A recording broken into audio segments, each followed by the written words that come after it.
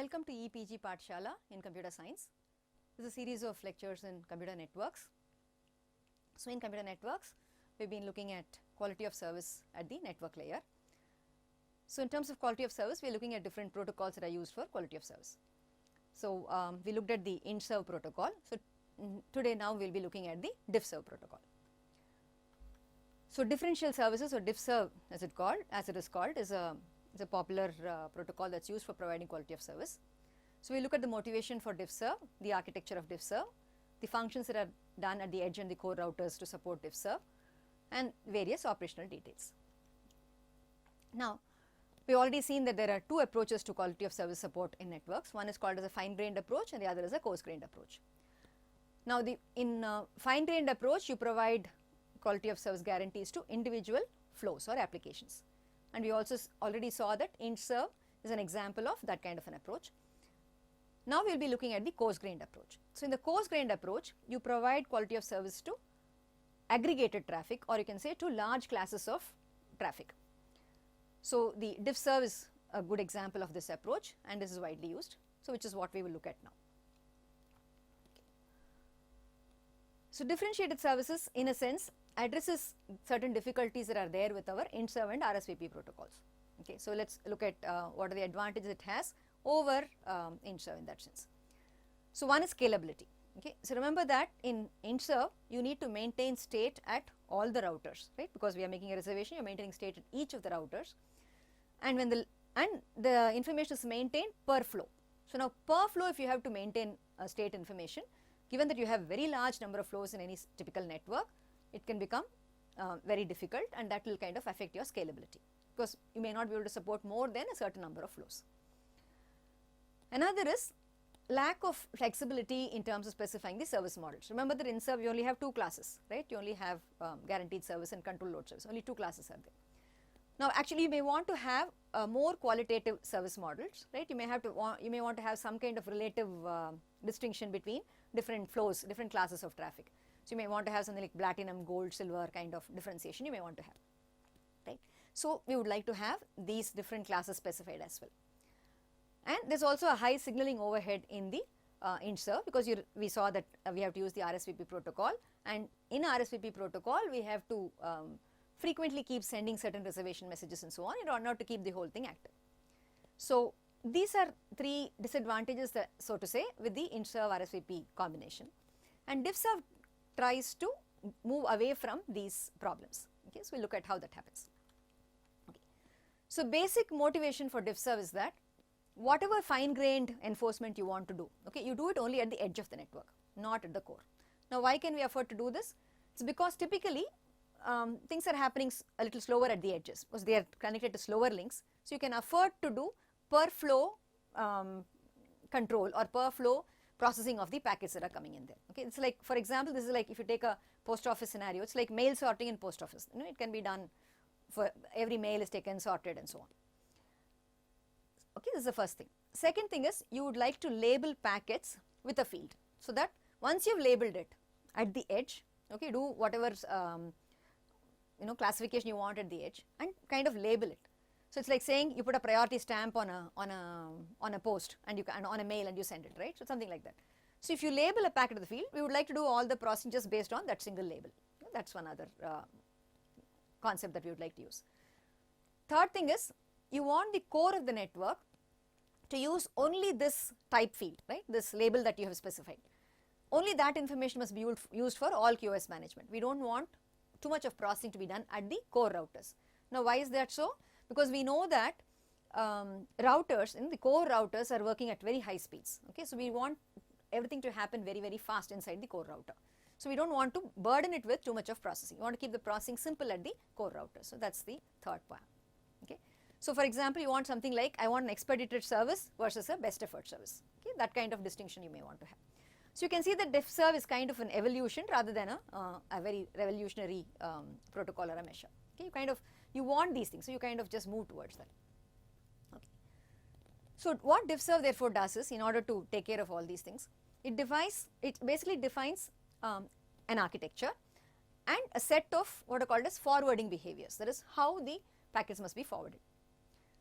It does not say give any details of how these are to be implemented. Okay, so which means it is up to the service providers to define and implement the end-to-end services on top of this architecture. Okay, so it's kind of a more flexible service model because different providers can actually offer different services and they can implement it in different ways. Okay, so you have flexibility in terms of how this is implemented. Okay, and another motivation, of course, for DivServ is that we need to have scalability. So we want to keep the core of the network very simple. So we will see that shortly. Okay, so the focus is on supporting quality of service for what are called as flow aggregates. Okay, so again, the architecture does not preclude that you should not use more fine-grained guarantees, but the recommendation is that you aggregate traffic and you provide quality of service guarantees for that aggregated traffic. Okay, so if you look at the overall concept of a DivServ network based on whatever we just talked about, so the way it works is like this. Okay, so you have what is called as a DivServ domain consisting of routers which are DivServ aware, which are running the DivServ protocol. Okay, so remember our objective is to have a simple and coarse method of providing differentiated classes of a service, right. So what we do therefore is at the edge, what we call as ingress routers, at the ingress routers you will do all kinds of things. You will classify packets, you will police it, you will mark it, you will shape it, you will drop packets, whatever you will do. Okay, and once it goes into the core routers, right, the core routers, of course the edge router will also has marked it. So based on the marking that is done, the core routers will just forward the packets. So all we expect the core routers do is just forwarding of packets, and the egress router will send it out to the outgoing network. Right. So this is what we do. So we look at details of how these things happen. Okay. So we are differentiating now between what is required at the edge router and what is required at the core router. Okay, which you can see is different from what we looked at in case of INTSERV protocol. So at the edge router, what we do is you can do per flow traffic management. Okay, the blue ones here are the edge routers. You can do per flow traffic management there, and there you mark the packets as either in profile or out of profile. So in profile is it is within the profile that is specified, out of profile indicates that it is violating the profile that it has specified. And at the core routers, the yellow ones that we have here, we do per class traffic management. Okay, so buffering and scheduling are based on whatever marking has been done at the edge. That is, if you mark something as in profile and out profile, obviously you will give preference to the in profile packets over the out of profile packets. Okay, so based on whatever marking has been done, you will do the processing over here. This is the basic idea. Okay, so you will do marking here, separate it out into in profile and out profile marking, and the scheduling gets done based on whether it is in profile or out profile and gets sent out. Okay, so this is the basic idea that we have. Okay, so this classification and conditioning, okay, is all done at the edge. So packets which come in have to be classified, marked, shaped, dropped, and so on. Okay, now how do you specify this traffic? So you need to, the user will have to declare what its traffic profile is going to be. So again, it can be specified in terms of rate, burst size, and so on. Okay, and what we do here is at the edge routers, we do a function called metering the traffic. What is this traffic metering? You classify it, you mark it, you check whether it is conforming to the traffic profile that has been specified. If it is conforming traffic, then we will forward it, otherwise you will drop it. Okay, this is what you will do. So you kind of classify, and conditioning is the fact that you are shaping it. So you also shape the traffic. So remember, we talk about traffic shaping and traffic policing. So traffic policing is checking whether it is coming at the rate at which it is specified. It is specified to come at. Okay, and shaping is making sure that you are sending out data only at a particular rate. So even if data comes at a different rate, you kind of make sure that you will regulate it and send it out at a particular rate. So that is shaping of traffic. Okay. So if you look at the edge router, we said that the marking of the packets will take place. So user packets come in. So you specify a pre-negotiated rate R and a bucket size B. So that gets monitored over here. So the packet marking at the edge is based on the per flow profile. So per flow, note that this is per flow at the edge. Okay. So possible uses of this marking are basically that you can mark different classes differently. Okay, just a class based marking as we can call it, or you can have intra class marking. That is, you can say that out of the flow that is marked, okay, the conforming portion of the flow can be marked differently, and the non-conforming ones can be marked differently. That is within one class, right? You can have, for instance, which we talked about, right? We talked about something called in profile and out of profile. Now that is for within a class. Across classes also you can, for different classes you can have different markings that you could use. Okay. So where do we provide this mark? How to mark this? How does this diffserv neatly integrate with our IP protocol as such? So if you see that, what we are actually doing is, we make use of the type of service field that we have in the IP header. In the IPv4 header, remember right at the top we have this type of service field.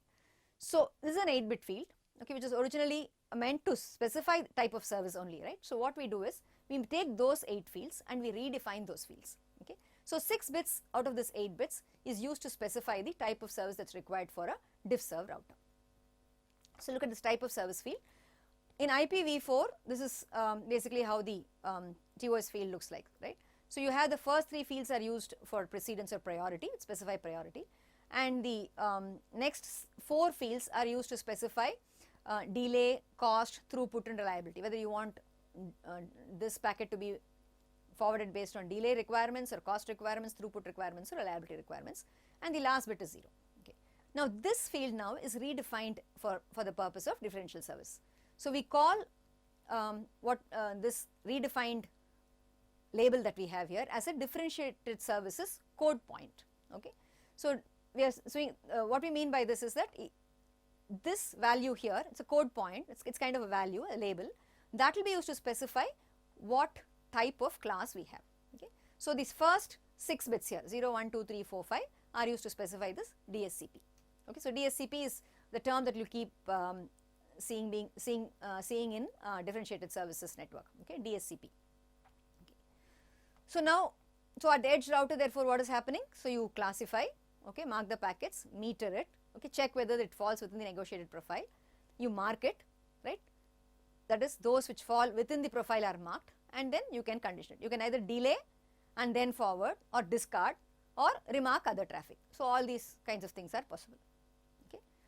So this is basically what you will have. Okay, this is what is called as a traffic conditioner block that will exist at a edge router. So this traffic conditioner block will have these different components: a classifier, a meter, a marker, a shaper and a dropper. So when a packet comes in, so it's first classified. Okay, so classified, and some portion of it will go to the meter P1, P2. So this is conforming traffic, so it goes here, other class comes over here. Okay, and the metering will check whether it falls within the negotiated profile, right? And so now based on this, untrusted is marked over here, trusted is marked differently as a P1. So P1 is trusted marking, P2 is untrusted marking. So this comes over here, and both P2 and P3, right? So you can look at P3 as P3 can be treated as, for instance, best effort service, or something which does not come under this category which needs to be metered. So this P3 along with this P2 is marked separately and sent out to a shaper or a dropper. Okay. So you have this marker, okay, which marks the packet to a particular DS behavior aggregate. This behavior aggregate is what will be specified by this differential service code point. Okay. And then it goes to the shaper or dropper, which will either delay it if necessary, or forward it, or drop the packet. Okay, this is what it will do. Okay. So if you look at the ingress stage of a packet in an edge router, this is what you will see. So you have a packet classifier, meter, DSCP marker, dropper, okay, and then there is a shaper, a classifier, and then which will forward the traffic, a traffic conditioning part and a traffic forwarding part. Okay, so this is what happens at the ingress stage of a packet. Now if you look at the core functions, we looked at what happens at the edge, now we look at what happens at the core. So at the core, the forwarding of packets is done based on what is called as per hop behavior. Okay. Now this per hop behavior is a term that is used to specify what is the kind of behavior that needs to be done for a particular packet class, okay, at that particular hop. Okay. So your PHB that is used, okay, the per hop behavior that we specify, okay, will be based only on the class marking. That is, we have this diffserv code point. So this diffserv code point DSCP is our marking, right? So based only on this field, this forwarding behavior will have to be implemented. So that is an important aspect. Okay. What is the big advantage of this? Big advantage is that no state information needs to be maintained by the routers, because whatever marking we want, we have already done it at the edge, and when the packet comes in, you just look at this label, this marking that has been done, and based on that label that you have, you just forward the packets appropriately. Okay. So, no state needs to be maintained. Remember, scalability and maintenance of state was one of the problems that we had to deal with in INTSERV. So, that is done away with over here. Okay. So, if you look at this forwarding behavior or the per hop behavior that you have, so what it actually gives us is, it gives us certain observable forwarding performance behavior. Okay. So, it does not actually specify what mechanisms to use to ensure that performance behavior. That is again left to the differential services provider. Okay. So, for instance, it does not say that class A should get X% of outgoing link bandwidth, okay, or that class A packets must leave first before back packets from class B. None of this is specified. Okay. So, all that is left to the service provider in terms of how they want to implement the per hop behavior, but it just defines different classes of per hop behavior. So, the per hop behavior that are specified in diffserv, okay, they fall under two categories. One is called as expedited forwarding and the other is called as assured forwarding. We talk of EF, which is expedited forwarding, and assured forwarding AF. Now, in expedited forwarding, the packet departure rate of a class equals or exceeds a specified rate, okay, which means you are specifying a minimum guarantee, right, for a particular link. So, if you look at it as a logical link, your expedited forwarding allows you to support logical links with a minimum guaranteed rate. So, that is the expedited forwarding. Second class is the assured forwarding, okay, the second PHP that we have. This actually supports 4 different classes of traffic. Okay. Each is guaranteed to provide a certain minimum amount of bandwidth, okay, and each has 3 drop preference partitions. Okay. We will shortly explain what we mean by this drop preference partitions. Okay. So, if you look at expedited forwarding, let us look at this a little bit more detail. So, we said it guarantees a certain minimum rate for the EF traffic, which also implies isolation, which is that when you make a guarantee for the EF traffic, it should not be influenced by the other traffic classes that are there. Okay. So, it is admitted based on peak rate. EF traffic, it has been admitted at the edge based on peak rate. So, non-conformant traffic, okay, is either dropped or shaped. So, this is what will happen at the edge for expedited traffic forwarding.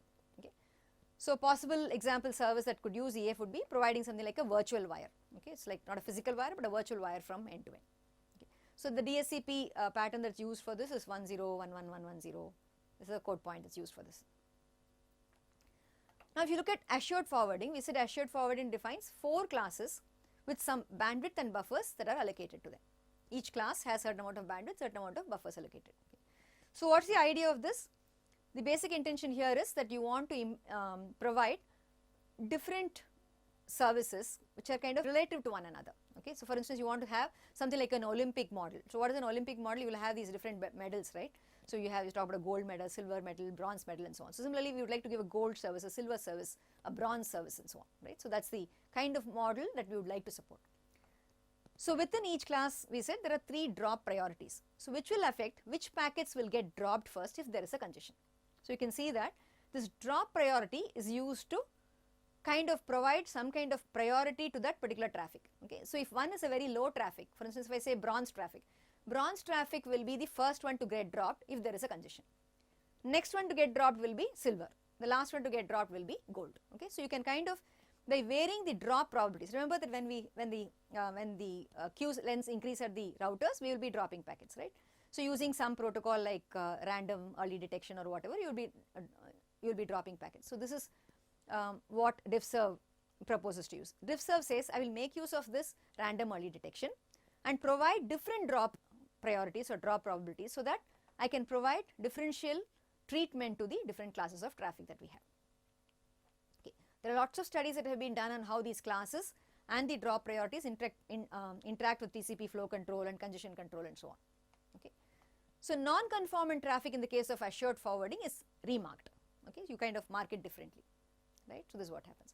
So, this is the table that we have for the assured forwarding. So, if you look at the DSCP 6-bit pattern, you can interpret it as XYZ, AB and a 0. The last bit is always 0. So, this XYZ defines the class. Okay. So, you have for instance 001 is class 1, 010 is class 2, 011 is class 3, 100 is class 4. Okay. And the AB that you have here gives the drop precedence. So, if it is 01, it means it is low precedence, 10 is medium precedence, 11 is high precedence. So, you get different classes and different drop precedence within that. So this is class 1, so 0 0 1, right, all these you can see as 0 0 1, and then depending on it's a low drop 0 1 or medium drop 1 0 or high drop 1 1, right, you have these different categories that you have here. So similarly you have in class 2, class 3 and class 4, 4 classes, 3 different drop properties, so you get 12 different combinations that can be used for providing different differential treatment. Different treatment can be given for each of these categories. Okay. So how is this differential treatment actually? We said we will be giving different drop probabilities, right? So one of the mechanism that is used to do that is by combining this idea with the RED protocol. Remember we talked about RED protocol when we looked at TCP congestion control. So in TCP congestion control, right, we have something called RED, which is random early detection, which is that when packets are getting queued and the queue size length is increasing, you will randomly drop a packet to kind of indicate to the end network that it should slow down the rate at which it is sending packets, right. So this is a congestion control mechanism or a congestion avoidance mechanism, you can say, right. So what we do here is the same idea is used. Now remember that in RED you will have something called you will maintain the average length of the queue, and when the average length crosses a minimum value, right, crosses a particular value, you will start dropping packets, and once that value crosses a maximum value, it is from min value to maximum value, you will randomly drop packets, and once it crosses a maximum length value, you will definitely drop the packet. So which is why you normally have this probability curve looking like this. So up to a max p, right, I will drop packets for max, and then it will definitely, the packet will be dropped. So in weighted RED or in RED IO, okay, these are two variations that are used of the RED protocol. Here what we do is, we do not use only one such set of probabilities, but we use two sets of probabilities. For instance, this example will tell you where we are using two different sets of probabilities and two different sets of marking, right, or dropping of packets, okay, for the two different classes. So we talk about the in traffic and the out traffic, right. So you can see that if my drop probability, okay, look at this, you have a min out here, so this goes basically like this. Min out you can see is less than min in. Now in is the conforming traffic, out is the non-conforming traffic, right. So you can see that min in value is greater than min out, that is, as soon as for out traffic, that is out of profile traffic, the moment it crosses this value here, you can start dropping packets. But for in profile traffics, you will wait until it crosses this min in, which is greater than this value. So you are accommodating more packets of min in, that is, you do not start dropping in packets before you drop out packets. So or rather out packets will start to be dropped before you start dropping in packets. Similarly, the max value also will vary, right. So this is what you will see. So you can see that max out will be less than max in. Okay, so this is how you will vary. So by having a different set of properties for the in traffic and different set of properties for the out traffic, similarly you can have, if you have 4 different classes or 3 different priorities we talked about, you will have 3 such curves which define the characteristic for the 3 different drop categories that we talked about. So using this, assured forwarding will provide this differential service that we are talking about. So in the core router, what actually happens to the packet in the core router at the data plane? It's basically data plane processing that gets done at the core router. So DHCP classifier is there, it classifies it, schedules it and forwards it. So that's all that happens at the core router. Okay. So if you look at the overall per hop behavior group, you can see that we have these 3 different per hop behaviors: assured forwarding, expedited forwarding, and of course if both these are not there, you have the best effort forwarding. So features of assured forwarding are that you can have Olympic service, for instance, okay, so 4 delay priority classes, each with 3 drop precedence subclasses.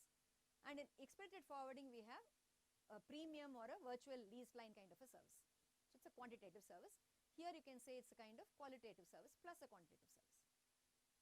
So these are the DHCP fields which are used for this. You can see that if it's best effort service, a value of all zeros is used. That means that there is no DHCP service that needs to be, there is no differential service treatment that needs to be given for this.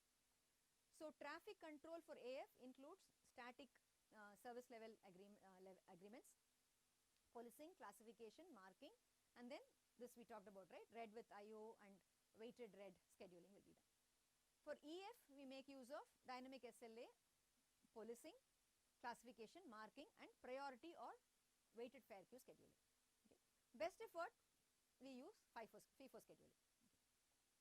For non-conforming traffic, in case of AF, you remark it as best effort. So it will be treated as if it is a best effort traffic. For expedited forwarding, you typically drop if it is a non-conforming traffic. Okay, these are the behaviors that we use. So this is just to give you an overall picture of the various elements that we have in the diffserv. Okay, so you can call it as a diffserv tree. So you can see that diffserv, there will be service level agreements which will be used for the user to let the network know that this is the kind of traffic that it requires and this is the kind of service it requires. So traffic conditioning agreement is what takes place here. So traffic control is done by means of service provisioning. So based on your SLA, some provisioning is done, and then service configuration, and then we have classification, policing, marking and scheduling being done at the edge routers. In terms of service, we talk about expedited forwarding, assured forwarding and best effort forwarding. Okay, so link layers, it will work on top of point-to-point protocol, MPLS, ATM and so on.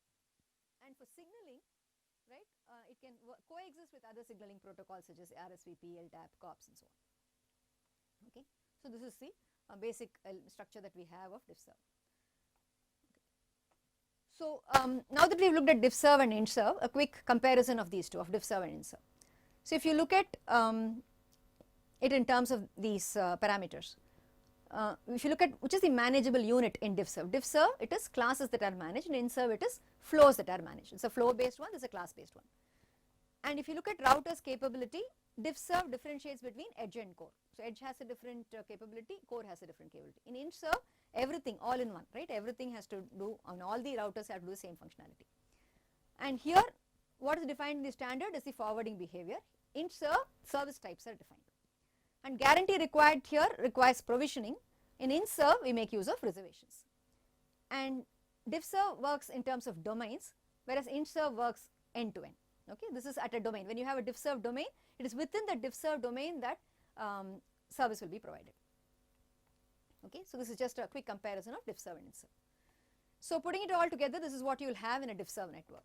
Okay, so if I say this is a diffserv domain A, okay, I mean A, and this is a diffserv domain B, another diffserv domain C. So you have packets going from one diffserv domain to another diffserv domain.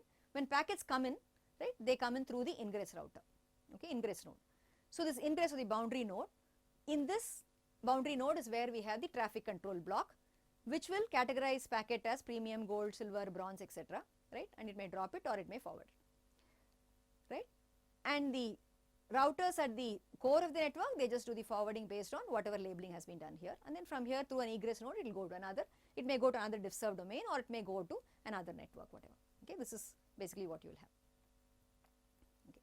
So advantages of diffserv are that it, as we said, one of the goals was it has to provide scalability, and it does that. So that's one of the advantages. Since there are no dynamic change of state and there is no necessity for communication between routers, right, you are reducing the communication between routers. So that's an advantage, and it can be deployed for specific domains independently. Okay, each domain can have its own diffserv mechanism. And it is simple because of the relatively low number of state information. Basically, it's a stateless approach. So it minimizes the number of nodes to remember anything about the flows. And the load on the routers is divided between edge and core. Edge routers, you can have few edge routers which are strong and expensive ones. Core routers, a lot of simple and cheap ones can be used, right. And since there is no signaling, the core routers can work faster. So that's the advantage that we get. And is it easily adjustable to different service level agreements. Okay. So if you look at the disadvantages, it's actually not a real end-to-end QoS, because remember we only have per hop behavior that's being specified. So it may not be always very easy to map the PHB to an end-to-end requirement. Okay, and you have in a sense you can say it is limited number of classes, so you can't isolate a specific flow. Okay, so in that sense it is limited. And inside aggregate, each flow gets the same guarantees because you're only providing aggregate guarantees. So that is one. You can look at that as a disadvantage, but that also actually happens to be the advantage of diffserv. Okay, so it's basically a perspective difference that we have. And it's a routing independent mechanism. Okay, and the admission control mechanism that is used is fairly static. Okay, so it's not a dynamic admission control that we have. So it may have to be done either manually or with some other mechanism. So that's also some of the disadvantages of the diffserv protocol. One of the major uses of diffserv, okay, in today's networks, if we see, is its use along with the MPLS network. Okay, remember we talked about multi-protocol label switching networks. Now, DiffServ and MPLS can actually coexist very nicely. So, we saw that DiffServ is able to provide scalable network design with multiple classes of service. Now, MPLS will give us path protection and restoration. It can help us to create an end-to-end specific path. So, if you combine MPLS and DiffServ, you can actually get very good quality of service guarantees. We saw that DiffServ is not able to give end-to-end, it only gives per hop behavior. MPLS we saw is able to define a end-to-end path, right? That was the idea of MPLS. So, if you combine these two, right, we can actually get end-to-end quality of service guarantees while you also optimize the use of the network resource. So, you find that now DiffServ and MPLS are actually used together, okay, in many of the service providers networks. Okay. So, what happens when you use DiffServ and MPLS combined is that incoming traffic is put through the traffic control block at the ingress node, which has both DiffServ as well as MPLS support. So, based on this, you may classify it as belonging to different classes, right, AF1 assured forwarding 1, 2, 3 and so on, or expedited forwarding, and for each of those classes you can set up a different LSP, right, a label switched path can be set up for this. So, remember we talk about LSPs and MPLS, setting up of label switched paths, end-to-end paths. So, I have an LSP1 for AF1, LSP2 for AF3 and so on. So, actually I have actually identified the end-to-end paths that have to be specified, okay. And at the core router, which will actually be your label switched router in the MPLS context, that will support DiffServ as well, okay. So, you will have support for both DiffServ and MPLS. So, this combination we see is able to give very good quality of service, end-to-end quality of service. So, this is what is we find is being used widely in the networks today. So, to summarize, what we have looked at with respect to DiffServ are the functions that happen at the edge router, functions that happen at the core router. We talked about DiffServ code points, we talked about per hop behaviors and how these are implemented. Okay. So, that is a summary of the DiffServ mechanism. Thank you.